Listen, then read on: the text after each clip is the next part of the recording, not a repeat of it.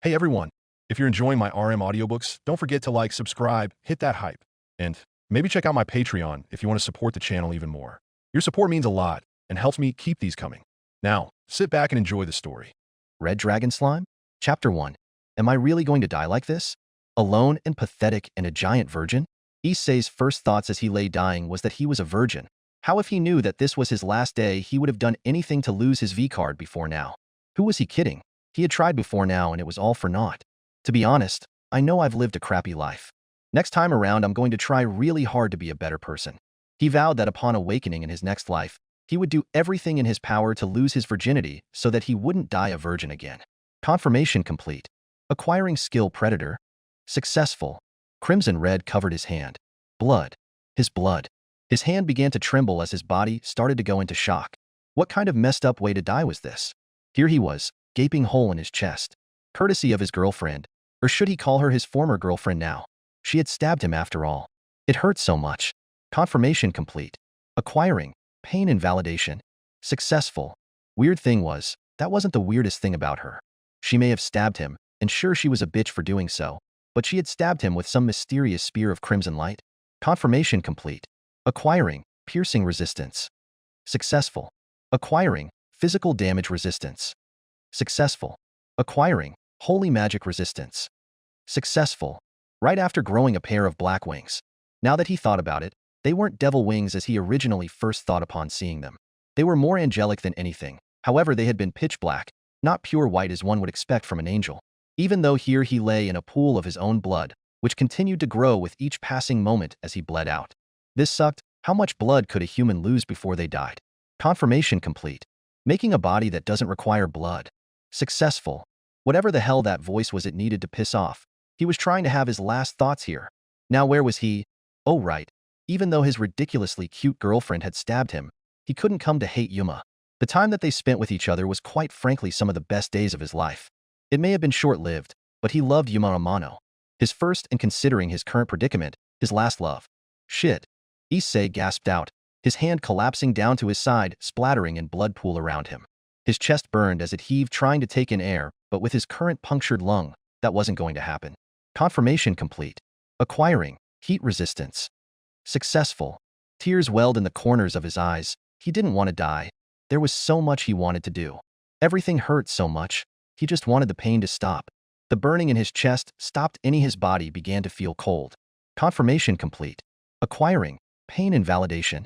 Successful. Confirmation complete. Acquired. Cold resistance. Successful. Because of the acquisition of both heat resistance and cold resistance, the skill will evolve into thermal change resistance. Maybe dying young would be a blessing for Issei? It meant that he wouldn't grow into a magician at the age of 30 or a sage as a virgin at the age of 40.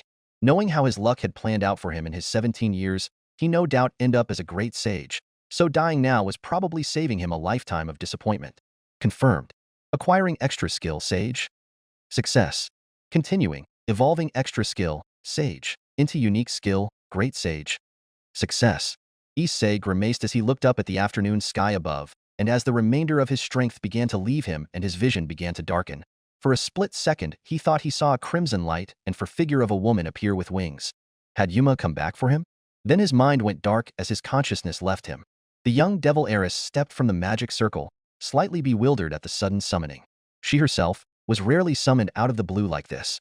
She turned, finding herself in a familiar park, and the scent of blood was thick in the air. It didn't take her long to locate the source. Rias Gremory didn't know Issei Hayudu, not personally, but his reputation was known throughout Kuo Academy. Walking to his side, a small frown on her face as she felt the lingering traces of tainted holy magic as she knelt down beside him. A fallen angel did this. She mused to herself, placing a hand over the gaping wound, feeling the remnants of the spear of light that had pre-icer his chest. Taking in Issei's face, his eyes closed, the last remnants of life about to leave him. He had no idea why this had even happened to him. What had the fallen angels seen that made them want to kill him? Focusing deeply on him, searching through his body with magic, her eyes widened at the trace of a sacred gear. She didn't know its power, but the fallen angels were cautious enough to kill him over it. Summoning her evil pieces, she looked them over. Not seeing any purpose for the bishop, knight, or rook, she sought out her pawns. However, her eyes widened. Before she could even begin to use her pawns to reincarnate him, something began to happen.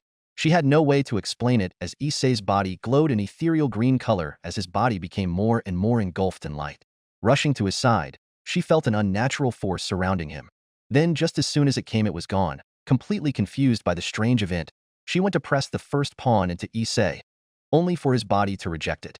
Again and again she tried, but the evil piece was rejected. Why is this happening? Rias asked, astonished. Even if he's been dead for a short while, the evil piece should still work. But no matter what she tried, there was no longer a soul in Issei's body to revive. Issei felt odd as he started to become self-aware once more. His eyes wouldn't open, and he couldn't feel his arms or legs. Most definitely something was wrong. The last memory he had was of who he assumed was Yuuma coming back for him. Focusing on the now, he tried to open his eyes again. But nothing, however, he could make things out, blurry shapes even without his sight. The shape being that of something extremely common. Deciding a closer inspection was needed, he moved forward. However, it was strange, he didn't have the feeling of movement, but he knew he was closer to it. A rock? He found a rock? With its shape, he was really hoping for something more soft and bouncy, and generally connected to a woman's chest. Gah. Boobs are not what I need to be thinking about right now. I need to figure out where the hell I am. He declared mentally as he began to move around a bit more until he felt the slightest bit of resistance in the direction he had before it vanished, and he felt something inside of him, feeling the strange texture now inside of him. As weird as it was, he could make out its distinct shape. A plant? Only after a few moments of coming to terms that there was a plant inside of him, he didn't want to know how it got inside of him. It began to dissolve, and after a few moments it was completely gone. It was such a weird feeling to have the plant dissolve within him, yet a strange sense of it felt refreshing. But Issei was acutely aware of something. Human beings could not absorb plants and just dissolve them. The former teen began to analyze himself while bouncing up and down, jumping from spot to spot. Definitely bouncy. Stretchy even? He noted as he swayed his body, getting a resounding jiggle in return. It reminded him of boobs. Maybe that's why it was so calming. As for my actual appearance, he began to try and process the answer that he knew was to be true. I'm a slime. He was ecstatic. Indeed, Issei Hayudu had turned into a small red slime with a green center. Instantly his mind was filled with so many wondrous images of his time in the internet with slime in the search engine. He was also reminded of the latest episode of Kamen Rider Pinky, where the actress of the series, Momo Mamazono, had been attacked by a green slime. Oh, all the perverted things he could do to a girl as a slime. No. Gah. While it'd be awesome, I've got to figure this out first. He mentally shouted, pushing the vivid images away.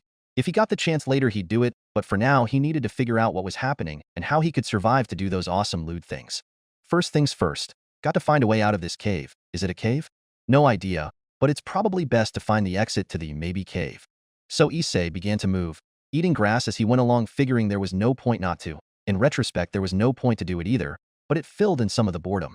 Honestly, it felt like a lifetime, having very minimal sight, only picking up small visuals of things before having to determine himself of what they actually were. He had no idea how long he searched for an exit before finally giving up and deciding to focus on something else to fill in the boredom. With his limited sight, he could barely make out small objects, let alone find an exit, if there even was one. Another one bites the dust. He hummed, or at least he thought he hummed. He couldn't very well make sounds. He was in his head. Another one bites. I know that those are the lyrics and all, but they just disintegrate in my body. He would have frowned if he would be able to do so. How many pointless conversations had he had with himself now? He might be going insane due to boredom and isolation, and when was the last time he saw boobs? He couldn't even tell how long he had been here. It wasn't a short while, he knew that. He was starting to have withdrawals. It was a good thing he didn't need sleep, otherwise he'd never want to wake up, for dreams would only be filled with the chests of women. What the point of all of this? All those light novels and anime made the whole reincarnated thing a whole awesome thing. Harems and babes as far as the eye can see, godly power for no reason. Come on, why did I get the ass end of all that? He cried as he absorbed another plant, almost by habit now. Why the hell am I even doing this? Am I collecting them? Where would they even be? Answer. The sudden female voice made him jump in fright as he quickly looked around, but nothing. It is stored in the stomach of your unique skill, Predator. The voice finished its answer. Issei hesitated for a moment, coming to recognize the voice that had been present during his last thoughts after Yuuma stabbing him. Who or what are you? Issei asked. He figured that there was too much of a coincidence for it to suddenly pop up now, not to be something of importance. Answer. This is an effect of the unique skill, Great Sage. For the sake of quickly utilizing your skills, a response function has been added. Finally. Now we're getting somewhere. Issei mused. So this definitely would be like one of the numbers isekai tropes out there. He had skills and he had been reincarnated as a slime. But where the hell were the babes that undoubtedly fell head over heels at first sight? Who the hell, apart from a pervert, would do it with a slime? Focus. Shaking his body, he pondered on what the voice had said. Skills, which means it's game-like, right? Predator and great sage. He mused. Lady voice, whoever you are. Explain predator. Predator explanation. Predation, to absorb the target into the body. However, if the target is conscious, the success rate greatly decreases. The affected targets include organic matter, inorganic matter, skills, and magic. Analysis. The absorbed target is studied and analyzed. Craftable items can then be produced. Should many items gather, a duplicate can be produced. In the case of successful skill or magic analysis, the same technique can be acquired. Stomach. The target can be stored. Items produced can also be stored. There is no storage time limit. Mimicry. Replicate the target's appearance. The skills and abilities used by the target can also be used. However, this depends on the successful analysis and acquisition of relative information regarding the target. Isolation. Materials harmful or unnecessary for analysis can also be stored. They will be used to replace magic energy. These are the abilities of the unique skill, Predator. Wait, isn't that seriously overpowered for a mob monster like a slime? His slime body trembled in excitement somewhat. Since wasting so much time since awakening as a slime, he was finally getting somewhere, and he was now discovering that he was probably the most badass slime in the history of slimes. Slimes from all over would bow down before him, and all the lady slimes would beg to be with him. Was there even such a thing as a lady slime? Inquiry. Would you like to analyze the flowers in your storage? Issei stopped his train of thought. Was this lady voice trying to get him to focus? Yes, do that, he replied sheepishly. Analysis has been completed.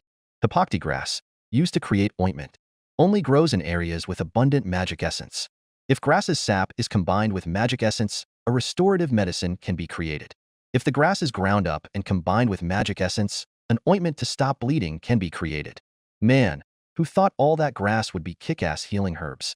Issei mused before deciding to test out this great sage skill. Hey, how long has it been since I woke up as a slime? Answer, 90 days, 7 hours, 34 minutes, and 52 seconds. The moment the answer was given, Issei felt defeated on a whole new level. 90 days, equivalent to 3 months. This was insane, and he hadn't slept a wink at all and hadn't eaten a bite. Apparently, he wasn't eating the grass. But he didn't let it get to him. This was his life now, and he wasn't about to get beat down before it truly began. Issei Hayadu was no quitter. He had a virginity to lose. Do I have any other skills? Answer, yes, one skill. Oh, what is it?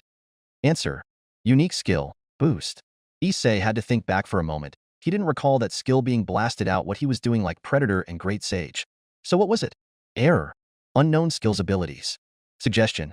Predator. S analyze can be chained together with Great Sage. S parallel calculation to analyze. Need to enable it? Yes/no. Better than not knowing, yes? Analyze in progress. While you do that, I'm going to find something to do. Let me know when it's done. As time passed, Issei began to eat more and more grass. He figured why not, they were valuable as a healing medicine, and he found out from Great Sage that he could make the healing potion within himself. But he also had another dish on the menu, Magistone or. He consumed every one he saw or could find.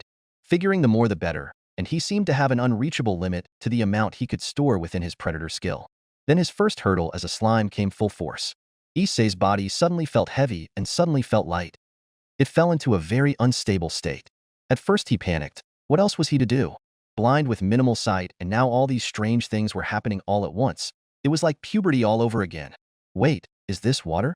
During the 90 days since awakening as a slime, he had never come into contact with any body of water. The feeling wasn't anything like it was as a human. His entire body wasn't a solid. It was a liquid gel-like substance. So to feel water all around was just weird. Issei could feel his body continuously sinking without any hesitance or stopping, and since he had no buoyance, he wasn't going to float back to the surface anytime soon. What Issei soon came to realize was that he wasn't going to drown at the bottom of the lake. Considering that he'd been under here for a considerable amount of time, already with no shortage of breath, not that he was breathing to begin with, he discovered. Well, a life in a puddle of water doesn't seem fantastic, unless there's some smoking hot mermaids down here. Not that I can see them anyway. His vision since falling into the water had just worsened. Gotta be a way to get back to the surface. Issei tried to blow, but only ended up sucking water into his body, and then it clicked. If he could use some kind of propulsion, no harm in trying. Issei began to use his predator ability and swallowed mass amounts of water. filling only 10% of his stomach sac and then released it all at once. Probably should have done it in small increments. His body was jettisoned through the water at high speeds. He breached the surface. The speed didn't lessen as his body voided all of the water he had swallowed and skimmed him across the water's surface. Gah! Acquired skill. Hydraulic propulsion. The moment he was gifted the new skill, his body crashed into something hard object and bounced back. He had fully been expecting severe pain to shoot through his body, thinking he was going to experience the same pain as he had with being stabbed, but there was nothing. No pain, and in truth, he didn't feel anything. Answer. Since pain invalidation was acquired, feelings of pain were completely blocked. Also, according to physical damage resistance, the damaged was reduced. The current bodily damage is 10%. Slime. S intrinsic skill, self-regeneration, was activated. Enable the unique skill, Predator, S support effects? Yes/no. No pain is good, but it also doesn't really allow me to tell my own physical limits. Deciding to activate the support effects, he immediately felt the part of his body that had been cut away return to its natural state, making him whole again. Probably best I be a bit more careful. Can you hear me, small one? The voice was loud and booming. It filled him with a sense of dread. Can you hear me, small one? It repeated as Issei tried to look around, but nothing. Probably just another voice in my head. I'm already talking with one of them. Maybe it's best I don't encourage my schizophrenia. Oi, you should be able to hear. Hurry up and answer me already. Issei whirled again. This time he didn't think it was in his head. Whoever was speaking was an actual physical being. First contact. I'm a freaking slime, what do you expect? I can't hum let alone talk. Ya jackass. Ho ho. You actually dare to call me such. You really have some guts. And I had thought that I shouldn't be rude to a guest which I haven't had in a long time, but it seems that you have a death wish. You can hear my thoughts? Issei began to panic slightly. Years upon years of groveling as a pervert might come in handy here.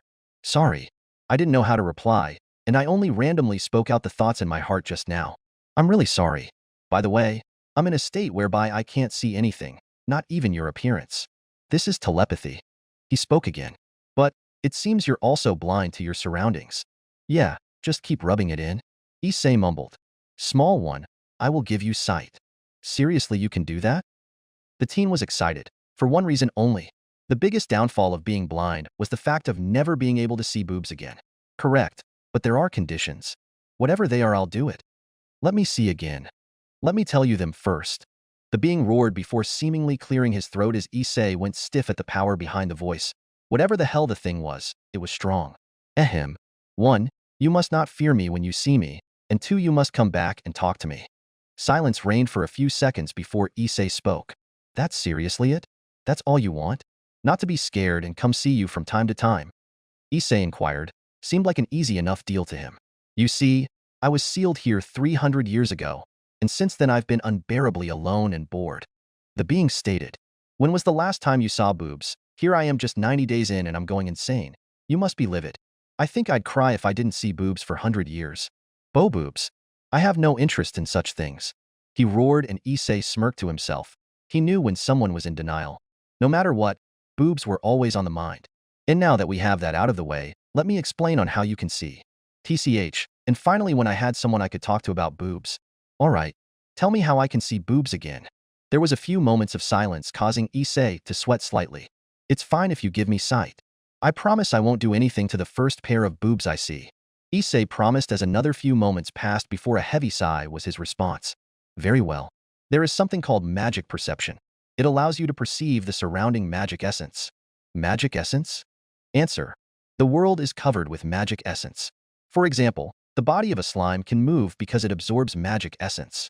If you are able to perceive the flow of magic essence outside of your body, then you'll get the skill. With that, you will be able to see and hear. Right, you're talking through telepathy right now? Correct. The boob denialist responded. Give it a try. Issei concentrated as best he could, reaching out with every sense that he possessed before he felt something. The shimmer before a rainbow-like aura filled his vision. Extra skill. Magic perception acquired. Great Sage announced. In order to organize large amounts of information, suggest activating Great Sage skill at the same time. Great Sage suggested. Activate magic perception. Yes/no? Yes. Instantly Issei's world became alight with a large range of imagery. He had to wonder what would have happened if he hadn't activated the Great Sage skill alongside it.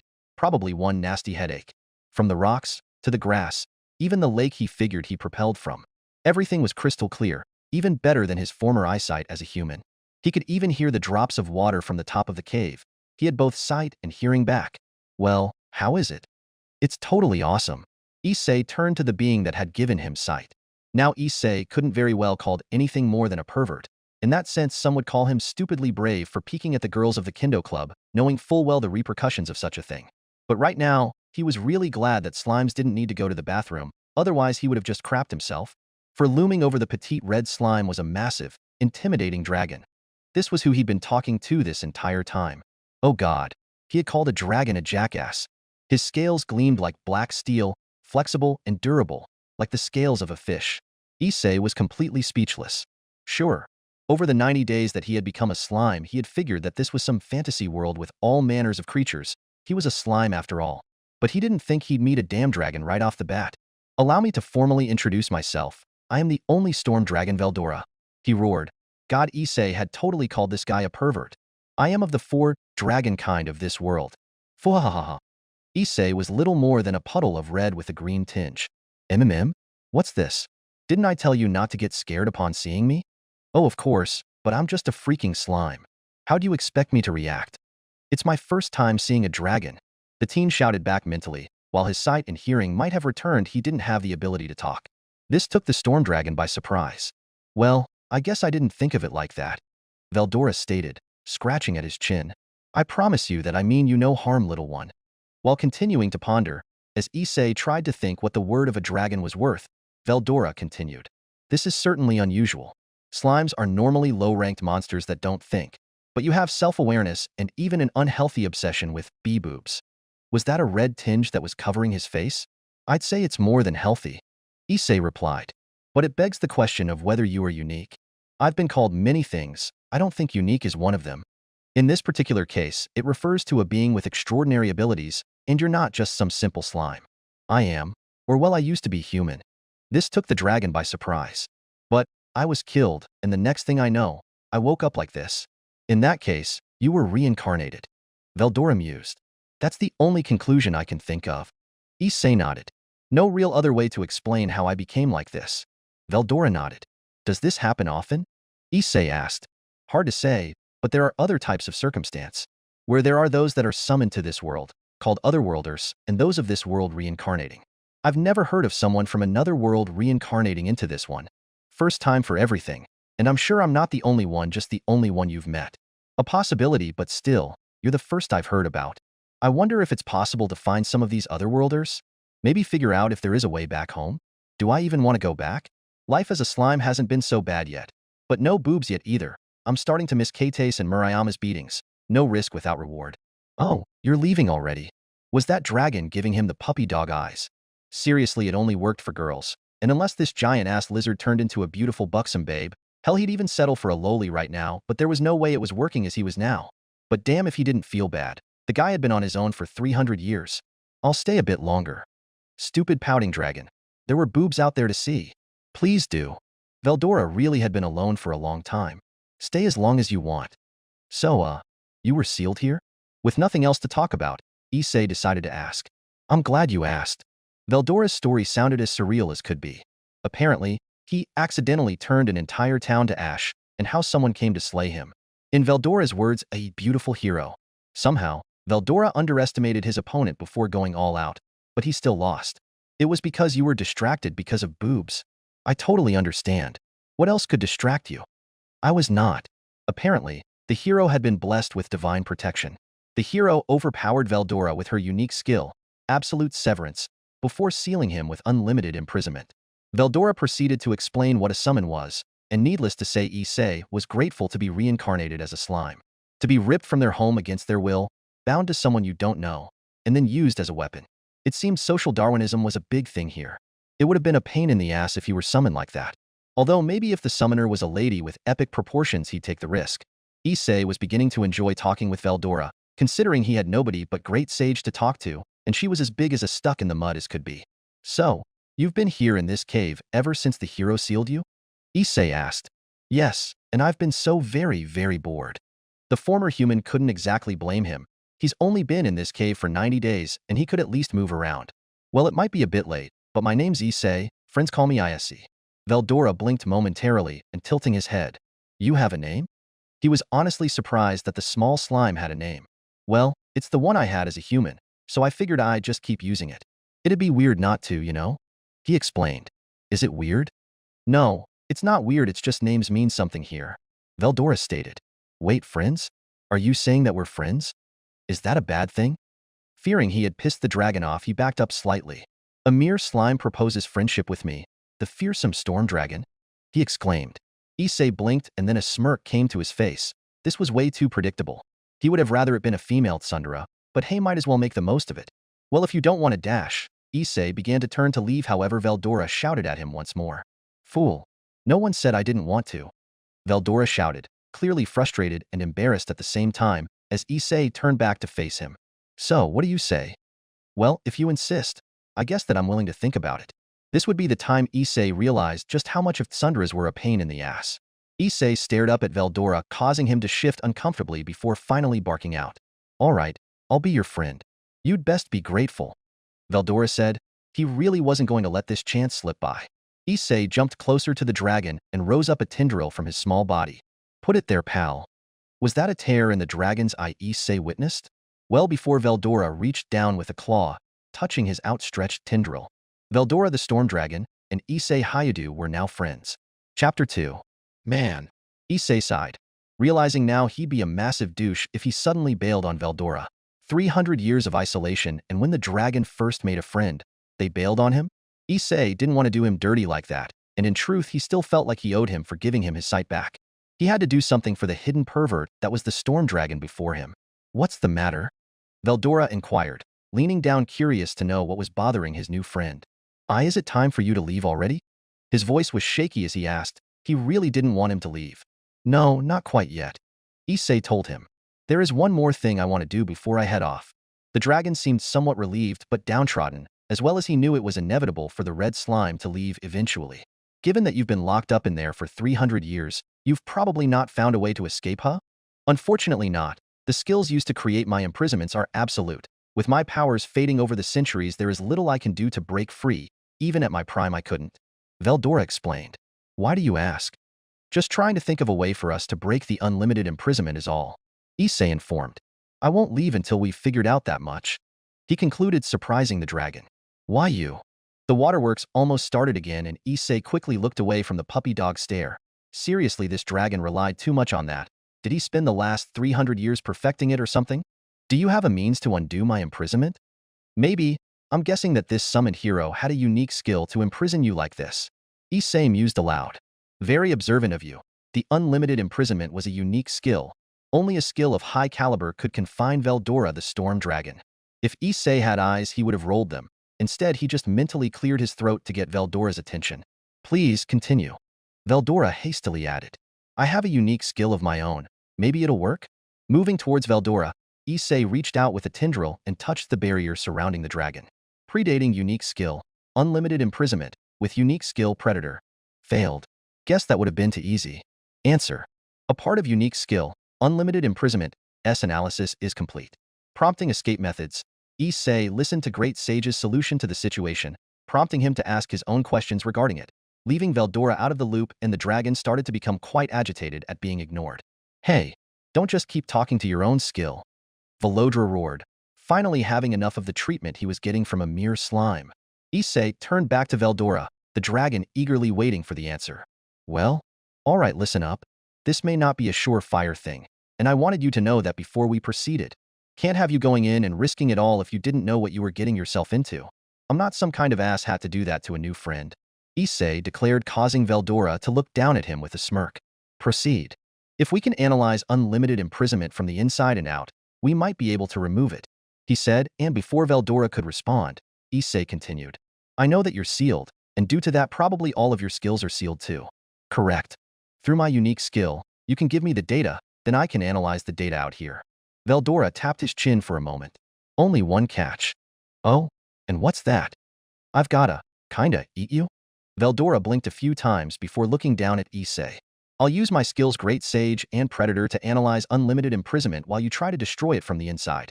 You'll be safe in my Predator storage, so you won't disappear. He explained. This was the best that he and Great Sage could think of. So, big guy, what's the decision?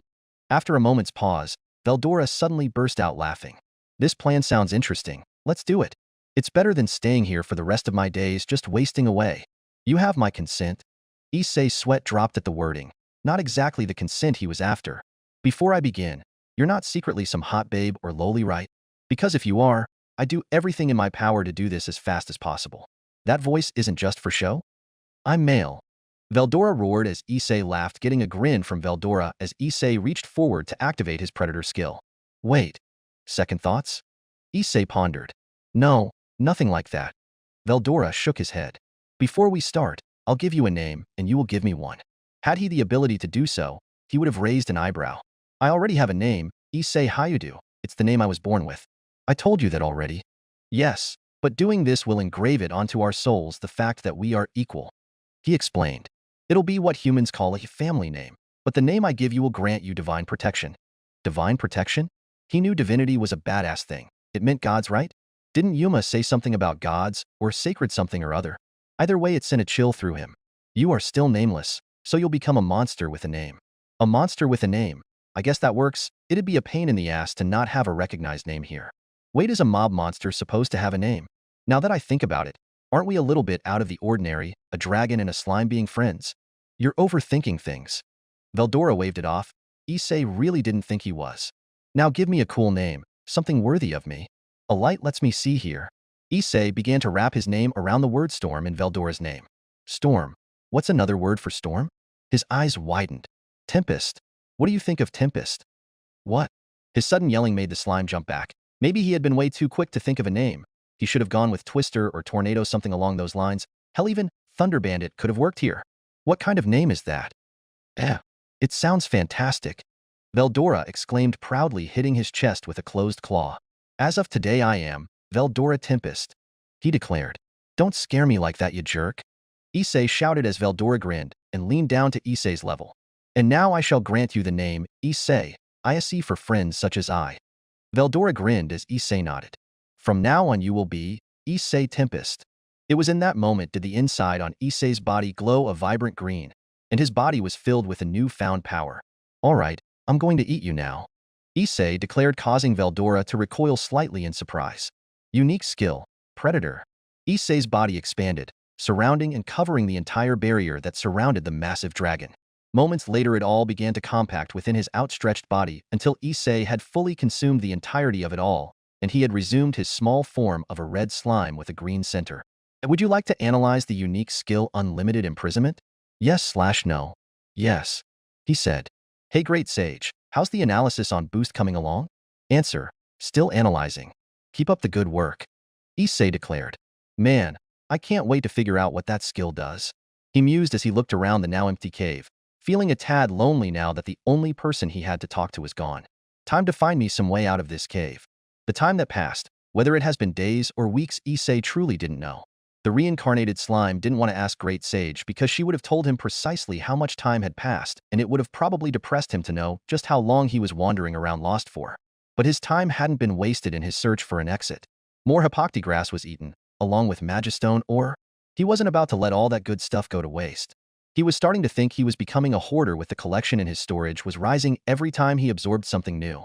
He also mastered his hydraulic propulsion skill, allowing him to gently glide over the surface of water instead of hurtling across it like some ignorant moron with a death wish on MTV. But that's not all. Just recently he had discovered that he didn't need to be afraid as a slime. Not as long as he had water. He had discovered it the first time he had used his water propulsion skill, how fast he had been shot off due to the excessive water he had intaken and proceeded to expel. Now if he could just use that in short bursts but with the same force, it would definitely be useful. He had spent a lot of time at the underground lake discovering what he could do with water, and he had unlocked a few skills. He was totally going to kick ass when he got out of this cave. People would fear the slime. The first skill he unlocked was Water Bullet, testing over and over again how to get the right amount to be useful if he came across something less than friendly than Veldora. He could shoot a single hole all the way through a large rock without destroying the rock. He figured that would be useful. Then he figured why not and continued to create a cutting attack, which resulted in him acquiring Water Blade. In no way was this because he was envisioning ripping a girl's clothes apart little by little until there was nothing left. Well, he'd be lying if he said he hadn't thought about it, and with the tests on the Hippocte grass was anything to go by By all accounts, it should work. Further tests would be needed. By his messing around with water and just moving about his body within the water's depths, he unlocked water current movement. It seemed once you gained a few abilities of the same element, you received a mastery of some kind, as after some time he received something else. By acquiring skills, hydraulic propulsion, water current movement, water bullet, and water blade, it has evolved into extra skill, water manipulation. Now he could freely do as he liked with water as long as he had some to play with. But after playing with water and feeling embarrassed for acting like some kind of kid, he decided to move along with thoughts of wet t-shirts, which led him to his first encounter with a not-so-friendly monster. The moment they came across one another, Issei knew it wasn't going to end well for one of them, and considering he hadn't lived up to his dying wish as a human to lose his virginity, it wasn't going to be him. What stood before him was a large serpent which had a jet-black body with thorned scales and tough-looking skin. To him, as a small slime, it was giant. In truth, since Veldora, he couldn't very well question how large he actually was as a slime. He'd ask Great Sage about it later. For right now, he had a life and death battle on his hands, and his virginity was at stake. If he died, he'd die. End of story. But if he lived, he could move on and take that step to adulthood. Kisha, it was not friendly from the get-go. Issei, in truth, wasn't a fan of snakes, but he had just spent time with a freaking dragon, so he was managing his freak out best he could. As far as Issei could tell as he observed the serpent, other than its thorn scales, it didn't have much of a defense. Was it letting its guard down because he was just a slime? Grinning to himself, he reached inward for the pool of water that was housed within his predator storage, and shot it forth in a wide arc, representing a blade thrust at heightened speed. Issei had to blink in surprise as the blade met no resistance. He hadn't missed, that was for sure, and he slowly watched as the head of the snake fell from the rest of the body, blood spurting into the air as the rest of the body fell to the ground, wiggling for a while before falling silent. I'm going to need a ton more practice with that before I try and rip a girl's clothes to shreds with it. Don't want to kill some hottie. Issei shivered at the thought. He was not into gyro. He was into some weird shit, but not that. Looking at the now deceased snake, coming to realize that he had been worried over nothing, he approached it. Query: would you like to use Predator to absorb the black snake? Yes/no. Issei would have shrugged, but instead approached the snake and allowed the Predator skill to completely absorb his first monster kill. Analysis complete. Mimicry of Black Serpent obtained. Inherent skill, heat detection. The ability to see nearby heat sources. Furthermore, camouflage skills are nullified. Inherent skill, noxious mist breath. The ability to release a powerful toxic, corrosive breath. Released at 120 degrees for a distance of 7 meters. So thanks to Predator, whatever monster I consume, I obtain that monster's skills? Man, that's useful as hell. Issei grinned. It's almost like a cheat. This is what I'm talking about. Easy life, here I come. As Issei left his first battle behind, there were several more that he had between his first battle and finding the exit to the cave. From the freaky insects like the evil centipede and the giant spider towards other creatures such as the giant bat to even a carapaced lizard. Great Sage was great in giving him the names of the creatures that he took down in his venture for the exit. Undoubtedly, upon defeating each adversary that he came up against, he used Predator to eat them to gain their abilities, gaining a useful arsenal in the progress. Each monster he defeated and used Predator on gave him a unique skill and the ability to mimic each creature. Evil Centipede, Paralysis Breath, Giant Spider, Sticky Thread, Steel Thread, Giant Bat, Vampirism, Ultrasound Waves, Carapaced Lizard, Body Armor. However, the most useful of any of the abilities that he had gained from eating the monsters had to be the Ultrasound Waves. For now he was able to speak, or at the very least mimic speech. By mimicking the organ of the giant bat that could radiate ultrasound waves, he could speak. Veldora's a deer, a sun deer, Issei sang, happily as he proceeded through the cave, happy now that he could actually communicate with anyone that he might cross paths with. As time passed, Issei began to notice the changes around himself. No longer was he in just a cave. There was evidence of craftsmanship beginning to show, and he was now on a path of some kind, leading him through the winding of the caverns. This had to be close to the way out, right? Then there it was. A giant gate had appeared before the small red and green slime. If Issei had eyes, he'd probably cry. Other than the random ruins he crossed from time to time, this was the first man-made structure that was still in one piece. Its massive form towered over the small slime to the point it was daunting, but honestly, Issei was just happy to see it. Time to leave this nightmare-infested cave and find me some action elsewhere. My life as a slime is just beginning. Bouncing towards the door, readying the water deep within his storage to blast it full force at the door, seeing no other way to open it. His magic sense alerted him to the sudden creaking noise that came from the door. Issei halted his advance as the door itself began to shift, century-old dust being disturbed for the first time. And once more, it dawned on him that he was a slime. Veldora was one thing, In the end, they were both monsters, but here, with the potential to meet a human and he being a mob monster, yeah, the odds of that didn't sit well with the former human. If he was seeing a mob monster, he'd kill it just for the XP. Quickly searching the layout before the gate, he ducked off the side of the path behind a few rocks to observe the situation. Finally, voices began to reach him. Finally, took its sweet time in opening. The lock was totally rusted on that door. The voice of the man spoke as Issei saw a man with a tall and strong build. His has brown hair which is cut short and has a goatee, whereas his cheeks have distinct depressions. He wore seemingly very plain attire that Issei observed. Come on now, shouldn't we have expected as much? They say that no one has entered here in over 300 years, right? Meaning no maintenance. Following after the first was another, a young man with medium-length hair, seemingly in his prime. Still, isn't it a bit too reckless for the guild master to actually send someone to investigate the sealed cave? Instantly, Issei's attention averted from the other two to the final member of the trio. It was a girl. Blonde hair with a cute face. She wore a blue ribbon in her hair and had red marks under her eyes. Instantly, Issei focused his magic perception onto her physique. While not stacked like some of the girls back at Kuo, she was certainly lacking, but he wasn't judging here. The hell you thinking, Issei? You're not some creeper. Issei paused in his thoughts. Fine. I'm a creeper, but I'm no molester. Plus, I promised Veldora I wouldn't jump the first pair of tits I saw. Issei looked on longingly behind the rock as the trio began to move away from the entrance of the cave, leaving the entrance wide open. Don't worry, even if they say that there's a dragon, it's probably just some overgrown lizard or basilisk. You know how folktales get around. Issei listened to them argue for a few moments before beginning to lose interest. Those guys weren't speaking Japanese, were they? I was never any good at language, so how the hell was I able to understand them clear as day? Great sage, you're up? Answer. In cases where intentions are vocalized, magic perception converts them to appropriate words and transmits them to the brain. Man, where were you in English class? Issei sighed as he exited the cave, entering into a world he knew next to nothing about. I'm all alone again. Veldora mused. However, being alone didn't bother him now that he had spent centuries on his lonesome. Instead, he felt better, knowing that Issei was close, or more so he was inside of Issei. And he knew that the unlimited imprisonment would one day be broken by his new friend's unique skills. I wonder if Issei is doing fine. He didn't seem to know how to get out of that cave. I hope he is doing well. Surely now that he's been properly named, nothing in the cave should be much of a challenge, and he seems resourceful. He's too occupied with breasts to be much of a use. I did get the sense he had an unnaturally obsession towards breasts. I do hope he sees more than a woman's chest when he meets people. Veldora replied. It took a few moments to sink in that he was once more having a conversation with someone. Flames burst all around him, not burning the storm dragon. It was seemingly only a visual effect, but as he turned he swallowed nervously. Not much could rile up that of a legendary dragon such as himself, but the dragon that was before him made Veldora look like a gecko. It's odd, is it not? The massive red dragon leered down at him. His obsession with breasts could very well be his downfall. Yet all he does is obsess over them every day. I don't see the point. We dragons don't have such a pathetic mannerisms. Veldora had to wonder just how long this red dragon had all this bottled up inside. What a pathetic host I have. Who are you? Veldora asked, causing the massive red dragon to blink in surprise before sheepishly grinning.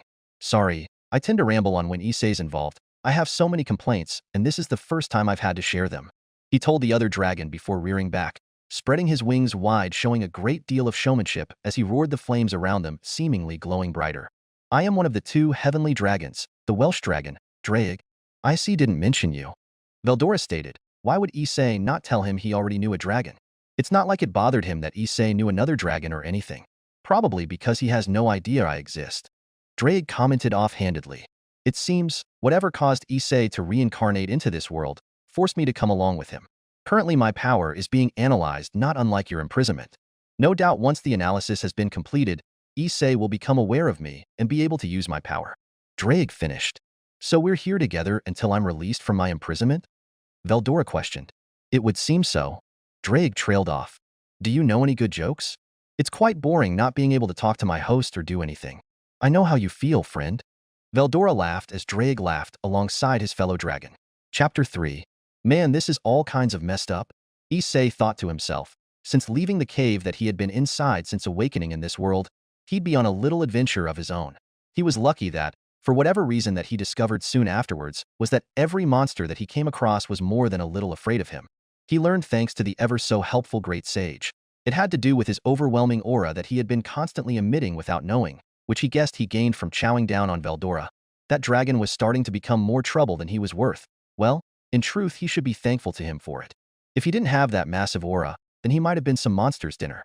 But right here, right now, that's what had him awkwardly looking away. He thought he knew the truth.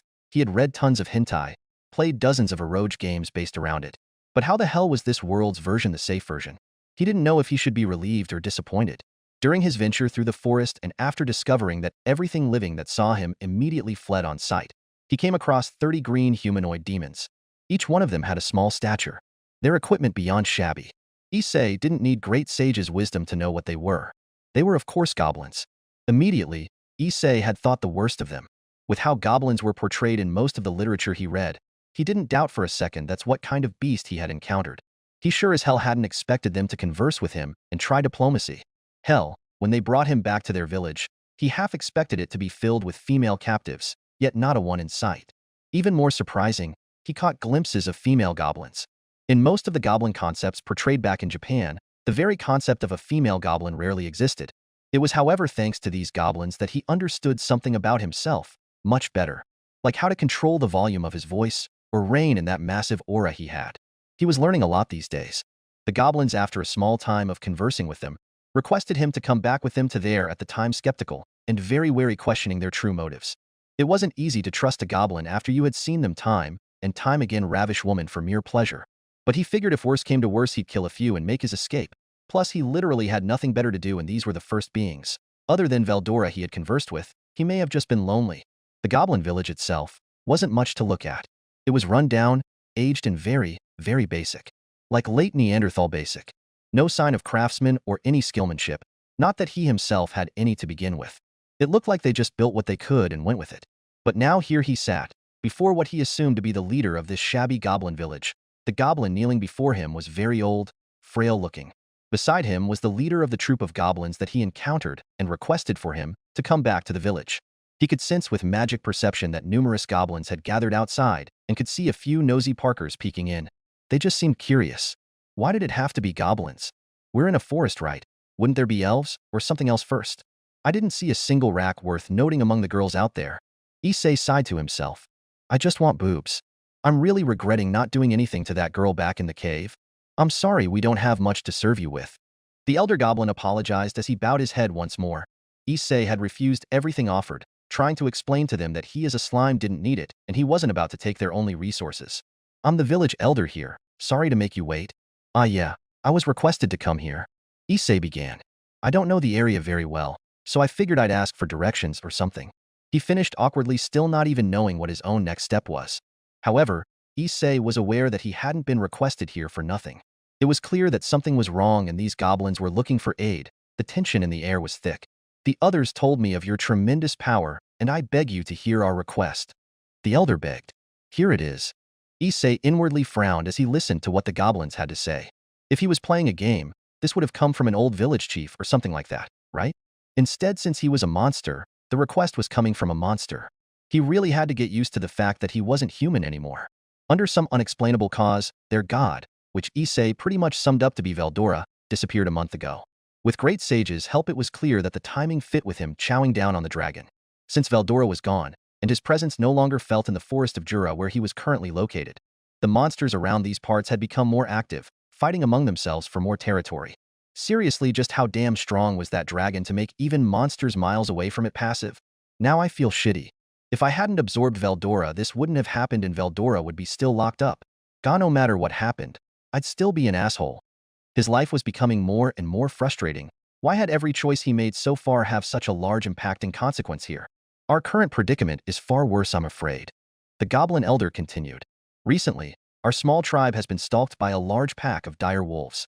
We've already taken losses on our end, and with our numbers we can't hope to stand against them. The dire wolves numbered 100 and the goblins, including the women, only had 60 that were capable of fighting. The number and strength differences between the dire wolves was a gap that couldn't be overcome by the goblins. When the wolves arrived, the goblins would be wiped out. Liguru, my brother, he received a name from a powerful magen. He became the best of our warriors. The goblin beside the elder began. Issei nodded, recalling Veldora giving him his name despite him already having it. Monsters weren't usually named. Wait, the hell was a magen? He fought with everything he had, and it still wasn't enough. If it wasn't for him, we'd all be dead already. They literally are on their last legs here. Issei frowned.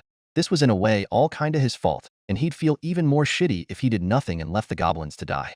They didn't seem like the goblins he knew, and both were shedding tears for their fallen goblin brethren. Sure, I might have killed a few monster back in the cave, but 100 dire wolves? Is it even possible? Sure, I'm awesome, but I'm still just a slime. Issei was truly lost on what to do.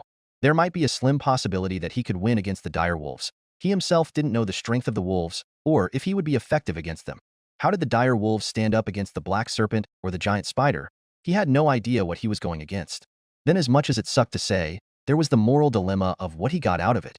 Sure, by using Predator on Veldora, he was mainly responsible for it. But it's not like he planned for this to happen. Veldora probably didn't even know his powers were keeping things in the Jura Forest civil. Plus, if he was going to be risking his life, he was going to need something in return for it. Couldn't the goblins just relocate? Issei pondered to himself before mentally shaking his head. Without a doubt, goblins were on the lower spectrum of the food chain, and there were other monsters in the area, so even if they did move on, they'd no doubt stumble into someone else's territory. Please, we just want to live, even if it's for the pride of my son. The elder finished as both he and his son were bowing once more to the slime. Issei mentally sighed to himself as he looked over the green humanoids before him. I'm no hero.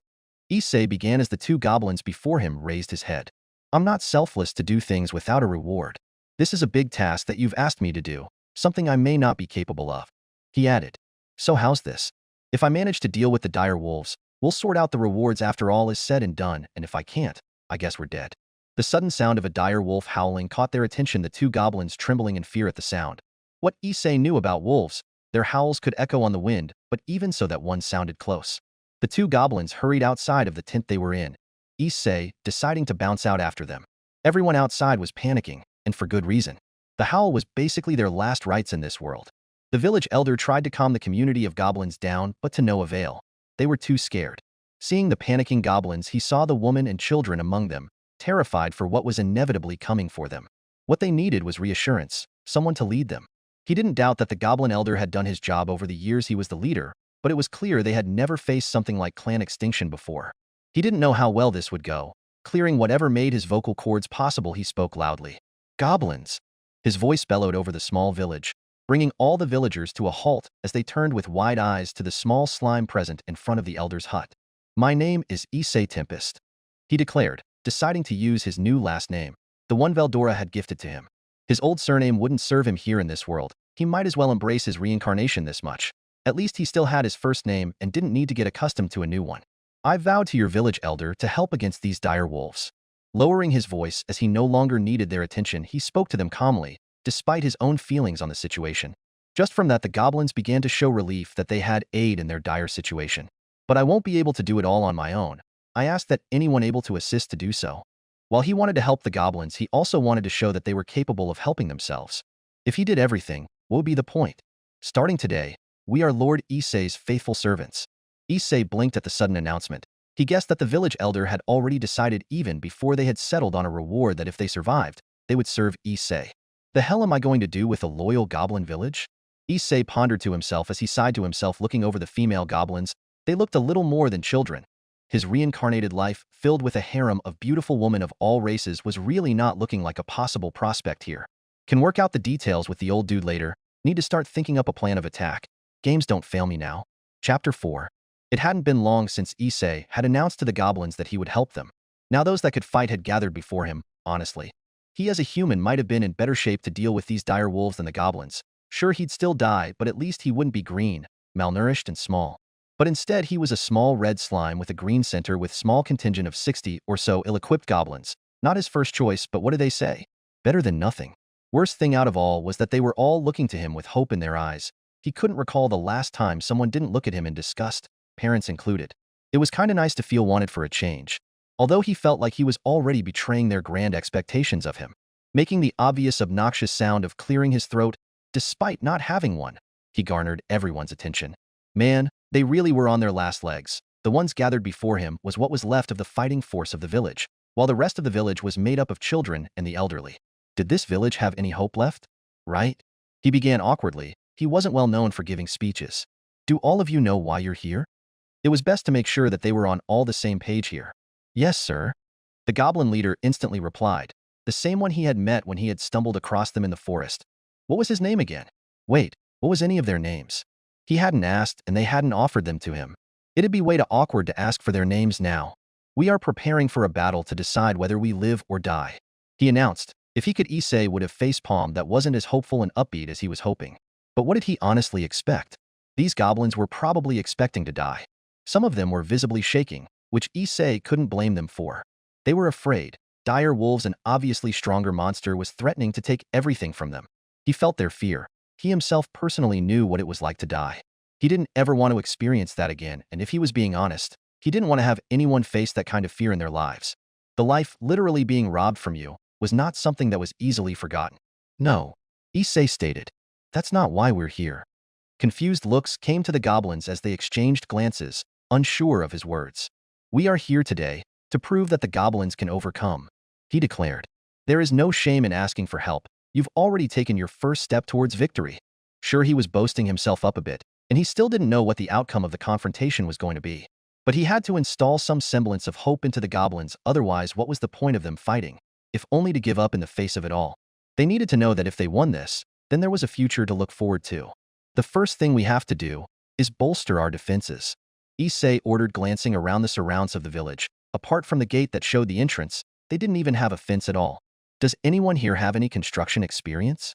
He asked. He wasn't sure how much time they had before the direwolves' attack, but surely that could patch something together. However, as he looked over, the goblins not offered themselves up to have the experience. Who built the houses here?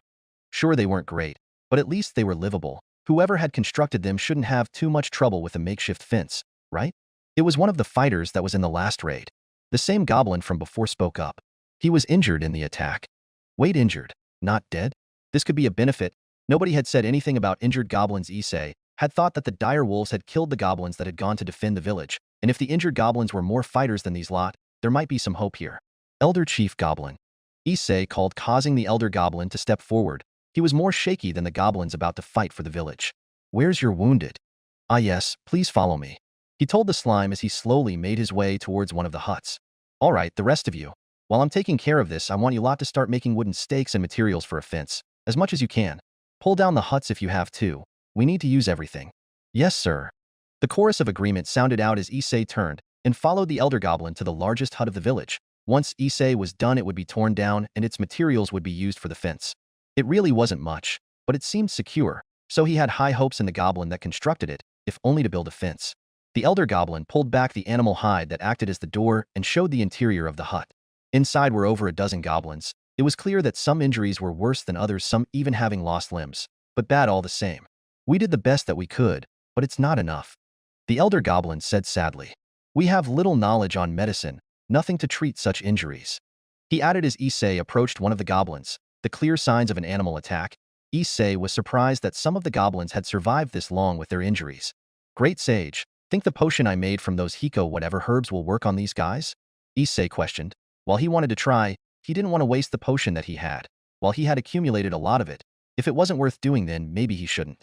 Affirmative. The potion solution extracted from the hypocute herbs is of the highest quality possible, capable of healing the most fatal of injuries, and even the restoration of lost limbs.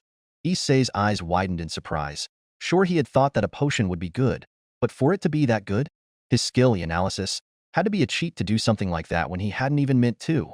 But now it was time to see it in action. Just like he did with his water bullet. Instead of using water, he used a small portion of the potion in his storage and aimed it at the goblin and fired with less density. The potion splashed against the goblin and Issei would have held his breath had he lungs to do so. However, before his and the elder goblin's very eyes, they watched as the wounds disappeared, not even leaving a trace of a scar. Then the goblin's eyes opened, and he sat up abruptly. Wah! The goblin was confused as he sat there, looking over his body that should have countless injuries. He looked up to see the elder of his village with wide eyes as he turned his attention to the slime. That's great, it worked. Time to move on to the others, Issei declared. Both goblins, watching the small red slime, moved to the other wounded goblins and performed the same act of dispelling the potion. Soon enough, all the other goblins were awake and on their feet, amazed that all of their injuries were gone. Glad that's done, Issei breathed out. You truly and magnificent, my lord, the elder goblin praised as he went to get on his hands and knees before Issei stopped him from doing so. All right, that's enough of that, Issei declared. We've got work to do. Is the village builder here among you? He asked, turning back to the revived goblins. I wouldn't say builder, but I know a little. One of the goblins stepped forward. Good. Issei nodded.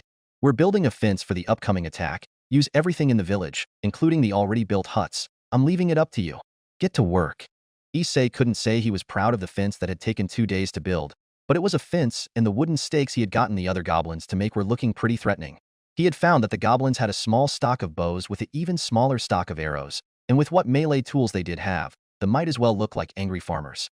But it's what they had, and he had put up his own defenses using the skills he had picked up while venturing out of Veldora's cave. He had a small little arsenal, if he did say so himself. With any luck, that would at least make it so that the dire wolves believed they weren't worth attacking.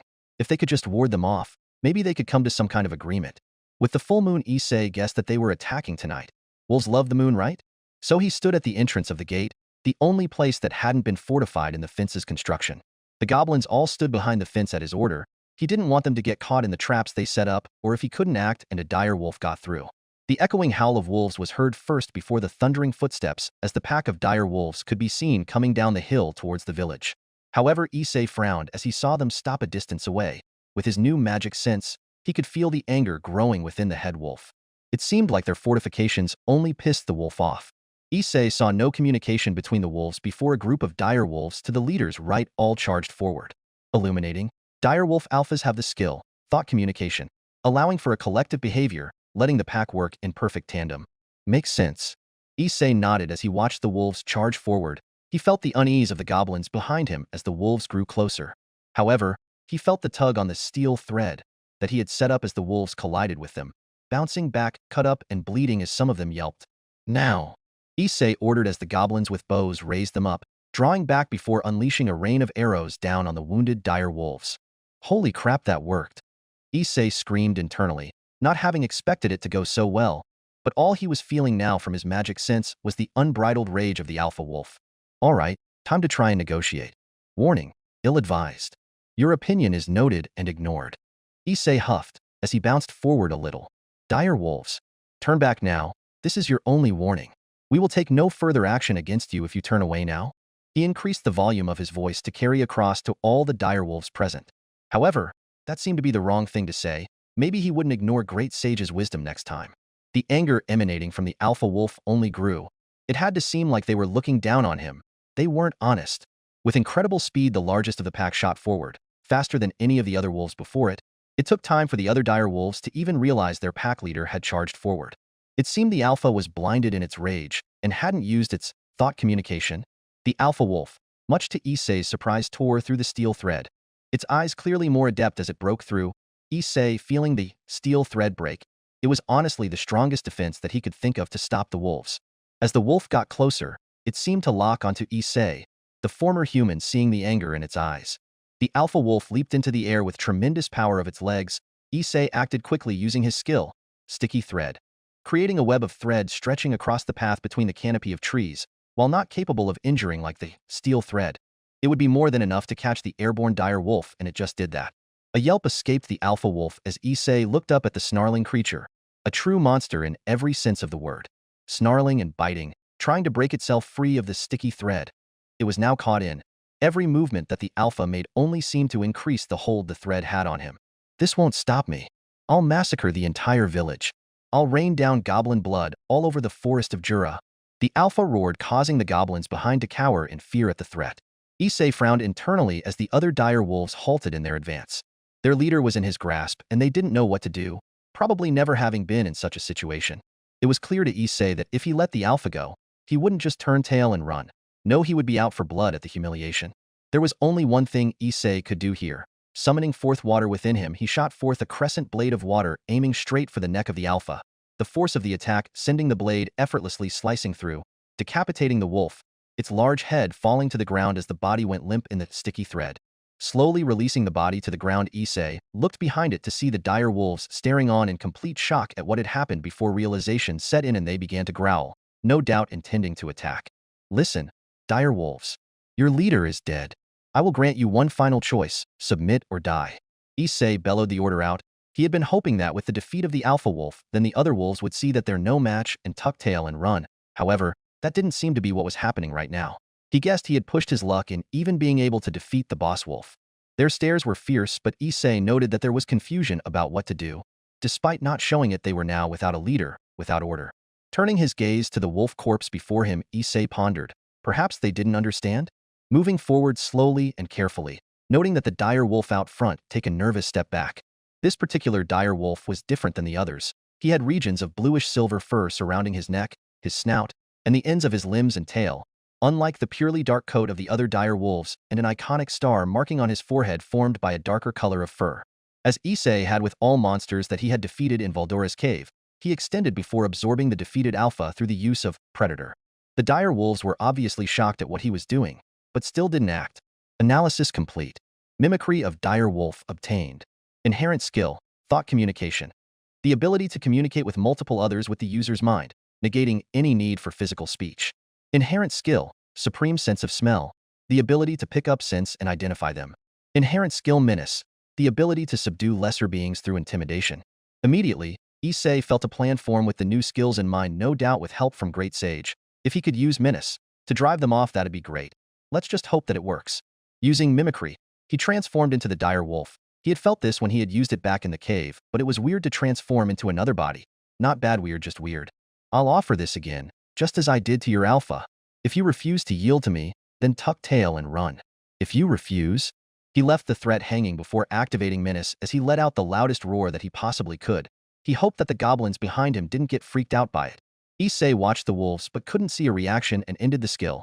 The moment he did, all of the dire wolves of the pack went into a submissive position, almost kowtowing like the goblins continuously tried to do. We submit. We pledge our allegiance to you. Issei blinked, releasing the mimicry of the dire wolf as he landed back on the ground as a small red slime. This was not what he was expecting. He fully expected the wolves to run or attack. Not this. Risking a glance behind him, the goblins seemed to be okay from the menace. Maybe it acted on targeting? But as they came to realize what they were seeing, smiles grew as weapons were dropped and the cheering started. The goblins had come out of this victorious. Glancing back to the dire wolves, the one with the star on its head keeping an eye on him.